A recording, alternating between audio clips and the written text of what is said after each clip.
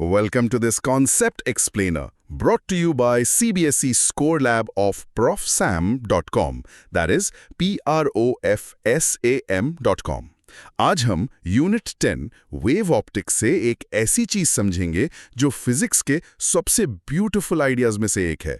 हम ह्यूविज़ियंस प्रिंसिपल का यूज करके आखिरकार ये मिस्ट्री सॉल्व करेंगे कि लाइट रिफ्लेक्ट और रिफ्रैक्ट क्यों होती है, और इसे इतने सिंपल तरीके से समझेंगे कि ये हमेशा के लिए याद रह जाएगा। अच्छा, एक बात बताओ, कभी सोचा है कि पानी में रखी हुई पेंसिल हमेशा टेढ़ी क्यों दिखती है, या मिरर में हमें अपनी इमेज बिल्कुल वैसी ही क्यों दिखती है जैसी हम हैं? हाँ, पेंसिल वाला सवाल तो बचपन से परेशान करता है। सामने से देखो तो बिल्कुल ऐसी लगती है जैसे बीच से टूट गई हो, और आईने का तो हम रोज यूज करते पर सोचा नहीं कि इसके पीछे का रूल क्या है। बिल्कुल। और एक सरप्राइजिंग चीज बताऊं, जो एंटी ग्लेयर चश्मे होते हैं ना, उनकी कोटिंग भी इसी प्रिंसिपल पर काम करती है। वो अनवांटेड लाइट को आपस में टकराकर कैंसिल कर देती है ताकि रिफ्लेक्शन ही ना हो। लाइट को कैंसिल करना, ये कैसे पॉसिबल है? लाइट तो रोशनी है, उसे कैंसिल कैसे कर सकते हैं? एग्जैक्टली, यही तो सारा जादू है। इसे समझने के लिए हमें लाइट को एक सीधी लाइन या रे की तरह नहीं, बल्कि एक लहर, एक वेव की तरह सोचना होगा। और यहीं पर आते हैं क्रिश्चियन हुयगन्स। उन्होंने कमाल का आइडिया दिया कि एक वेव फ्रंट का हर पॉइंट खुद एक नई छोटी सी वेव यानी वेवलेट का सोर्स बन जाता है। मतलब एक बड़ी वेव के ऊपर लाखों छोटी छोटी वेव्स बन रही हैं हर पल। एग्जैक्टली। इसे समझने के लिए एक सॉलिड एनालॉजी लेते हैं। इमेजिन करो कि सोल्जर्स की एक बहुत लंबी लाइन है, सब एकदम कदम से कदम मिलाकर एक फॉर्मेशन में मार्च कर रहे हैं। यह है हमारा plane wave front. Angle of reflection के बराबर होता है। स्कूल से रट्टा मारा है, पर क्यों होता है? हाँ, ये तो कभी नहीं सोचा। बस रूल याद कर लिया था कि angle I equals angle R। तो देखो, वही सोल्जर्स की लाइन एक एंगल पर एक दीवार की तरफ मार्च कर रही है। जैसे ही लाइन का पहला सोल्जर दीवार से टकराएगा, वो वहां से मुड़कर वापस आना शुरू कर देगा, सेम स्पीड से। ठीक है, वो पहला सोल्जर टकराकर वापस चल पड़ा। लेकिन जो सोल्जर लाइन के दूसरे कोने पर है, उसे अभी भी दीवार तक पहुंचना है, उसे ज्यादा डिस्टेंस ट्रैवल करना पड़ेगा। तो जितने टाइम में आखिरी सोल्जर दीवार तक पहुंचता है, उतने टाइम में पहला सोल्जर वापसी में काफी आगे निकल चुका होगा। अच्छा, इसका मतलब पूरी लाइन एक साथ नहीं मुड़ेगी, एक एक करके मुड़ेगी जैसे ही वो दीवार को हिट करेंगे। बिल्कुल सही। और जब तुम इसकी ज्योमेट्री आराम से पेपर पर बनाओगी, दो राइट एंगल ट्रायंगल्स का यूज करके, तो तुम देखोगी कि वेव फ्रंट का दीवार के साथ जो आने का एंगल था, वही जाने का एंगल भी है, यानी angle I equal to angle R। Huygens की प्रिंसिपल ने एक सिंपल एनालॉजी से इस लॉ को प्रूव कर दिया। ये कोई रैंडम रूल नहीं है। वाओ, ये तो काफी सिंपल था। तो जो हम एनसीईआरटी में रिफ्लेक्शन का डायग्राम देखते हैं, वो बेसिकली इन्हीं सोल्जर्स का पाथ है। एग्जैक्टली, वही है। एनसीईआरटी का डायग्राम इसी चीज को मैथमेटिकली दिखाता है। अब जब रिफ्लेक्शन इतना आसान हो गया, तो चलें उस टेढ़ी पेंसिल वाली मिस्ट्री पर, रिफ्रैक्शन। हाँ बिल्कुल, ये थोड़ा ट्रिकी लगता है। ट्रिकी नहीं है, बस एक छोटा सा ट्विस्ट है। वापस अपने सोल्जर्स पर आते हैं। वो अभी भी फॉर्मेशन में एकदम साफ पक्की जमीन पर मार्च कर रहे हैं, लेकिन उनके रास्ते में एक एंगल पर कीचड़ वाला इलाका आता है। ओके, तो अब उनकी स्पीड बदलने वाली है। एग्जैक्टली। जैसे ही पहला सोल्जर कीचड़ में पैर रखता है, उसकी स्पीड अचानक से कम हो जाती है। लेकिन लाइन के आखिरी वाला सोल्जर तो अभी भी पक्की जमीन पर है, वो फुल स्पीड से चल रहा है। क्या होगा लाइन का? फॉर्मेशन टूट जाएगी, लाइन मुड़ जाएगी। जो सोल्जर स्लो हो गया है वो पीछे रह जाएगा और तेज वाला आगे निकल जाएगा, तो पूरी लाइन उस स्लो सोल्जर की तरफ घूम जाएगी। परफेक्ट, तुमने खुद रिफ्रैक्शन का कोर आइडिया क्रैक कर दिया।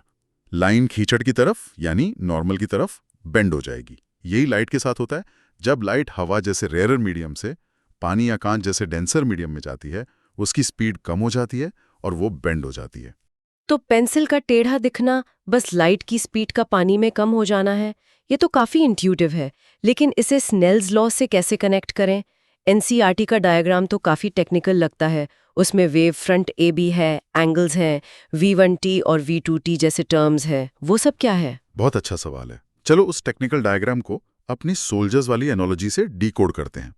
जो वेव फ्रंट AB है, वो सोल्जर्स की इनिशियल लाइन है, जब वो कीचड़ के बाउंड्री पर पहुंचने वाले हैं। ठीक है, AB is the line of soldiers. Point A पर जो सोल्जर है, उसने बस कीचड़ यानी मीडियम 2 में कदम रखा है, और पॉइंट B वाला सोल्जर अभी भी पक्की जमीन यानी मीडियम 1 पर है। वो बाउंड्री से थोड़ा दूर है। ओके, A स्लो हो गया, B अभी भी फास्ट है। अब देखो, जितने टाइम T में सोल्जर बी पॉइंट सी तक पहुंचता है, यानी distance is equal to speed into time is equal to v1t। ये v1 मीडियम 1 की स्पीड है। उतने ही टाइम में सोल्जर ए, जो अब धीरे चल रहा है, सिर्फ पॉइंट ई तक ही पहुंच पाता है। उसका डिस्टेंस होगा v2t, जहां v2 मीडियम की कम स्पीड है। अच्छा, इसीलिए डायग्राम में BC वाली लाइन AE वाली लाइन से लंबी होती है, क्योंकि V1 ज्यादा है और V2 कम है। बिल्कुल सही। अब हाइगन्स के हिसाब से पॉइंट ए एक नया सोर्स बन गया था।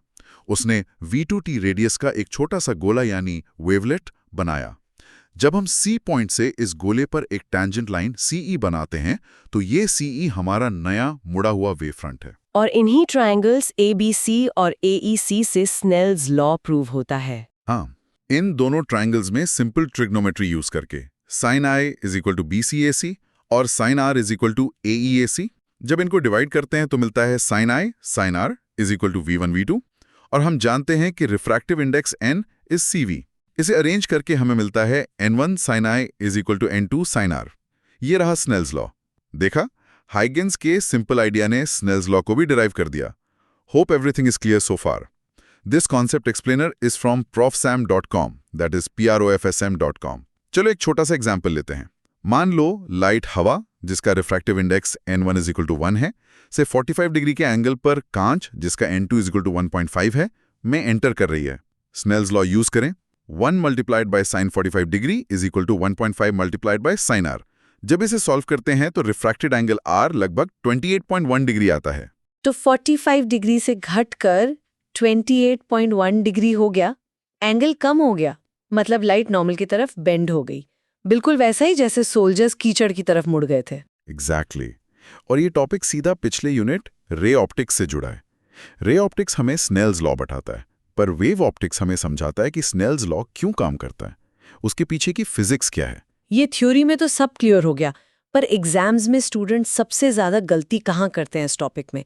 कोई ऐसी कॉमन मिस्टेक है जो मार्क्स कटवाती है? बहुत इंपॉर्टेंट सवाल है। सबसे बड़ी गलती, जिसे मैं साइलेंट किलर कहता हूं, ये सोचना है कि लाइट मीडियम के एटम से टकराकर स्लो हो जाती है, जैसे कार भीड़ में गाड़ियों से टकराकर स्लो होती है। हाँ, दिमाग में तो यही इमेज बनती है कि ज्यादा डेंस मीडियम मतलब ज्यादा एटम्स तो ज्यादा टक्कर। लेकिन ये गलत है। असल में लाइट एक इलेक्ट्रोमैग्नेटिक वेव है। जब वो मीडियम से गुजरती है तो वो मीडियम के चार्ज्ड पार्टिकल्स के साथ इंटरैक्ट करती है।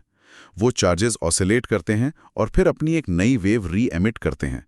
इस पूरे प्रोसेस में ओरिजिनल वेव और री एमिटेड वेव्स के बीच इंटरफेरेंस होता है, जिसकी वजह से वेव की ओवरऑल फेज वेलोसिटी कम हो जाती है।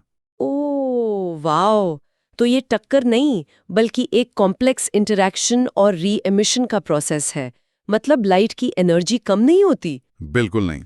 लाइट की एनर्जी या उसकी फ्रीक्वेंसी चेंज नहीं होती। फ्रीक्वेंसी सोर्स पर डिपेंड करती है, मीडियम पर नहीं। बस स्पीड और वेवलेंथ बदलती हैं। ये एग्जाम के लिए 1 मार्क का गोल्डन क्वेश्चन है। What remains constant during refraction? The answer is frequency. समझ गए, फ्रीक्वेंसी इज द किंग, वो कांस्टेंट रहती है। और दूसरी गलती है डायरेक्शन में कंफ्यूजन। स्टूडेंट्स अक्सर भूल जाते हैं कि लाइट नॉर्मल की तरफ बेंड होगी या नॉर्मल से दूर। हाँ, इसमें कंफ्यूजन होता है। इसका सिंपल रूल सोल्जर एनालॉजी से ही आता है। जब भी लाइट तेज मीडियम यानी रेयरर से स्लो मीडियम यानी डेंसर में जाती है, जैसे हवा से पानी, तो वो हमेशा नॉर्मल की तरफ टुवर्ड्स बेंड होती है। और जब उल्टा होता है, स्लो से तेज मीडियम में, जैसे पानी से हवा, तो वो स्पीड अप होकर नॉर्मल से दूर भागती है। ठीक है, सो डेंसर मीडियम में नॉर्मल के पास आना है और रेयरर मीडियम में नॉर्मल से दूर जाना है। सिंपल। इसे याद रखने के लिए एक छोटा सा फ्रेज है। Dense means slow, so bend toward normal. Less dense means fast, so bend away from normal. ये अच्छा है, डेंस, स्लो, टुवर्ड। और एक फिजिकल जेस्चर भी ट्राई कर सकते हो। अपने हाथ को एकदम सीधा रखो।